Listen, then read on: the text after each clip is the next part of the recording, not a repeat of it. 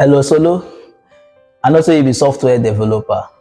You dey build mobile applications, and when you dey build mobile applications, you dey use your finger, dey tap on your phone screen to know if all the clickings dey work. You go run from computer, you go press, you go come for the phone, you go touch am. Well, no be say e bad o, e no bad, e good, but I wan show you one good thing wey you go dey do for yourself now. Alright, do you know you can actually use your wireless mouse that you use on your computer on the phone? Yes, it's very much easier. Now life made easier. Alright, so instead of you to use your finger, they tap all those places. You don't know, you go just use your mouse, they navigate.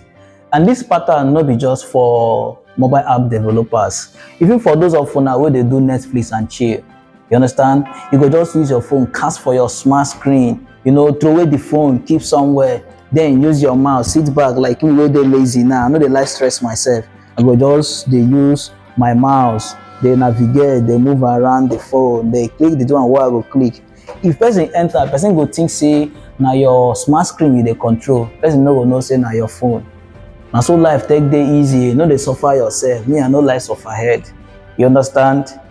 So make you like this post and then subscribe to my channel for more videos. Thank you.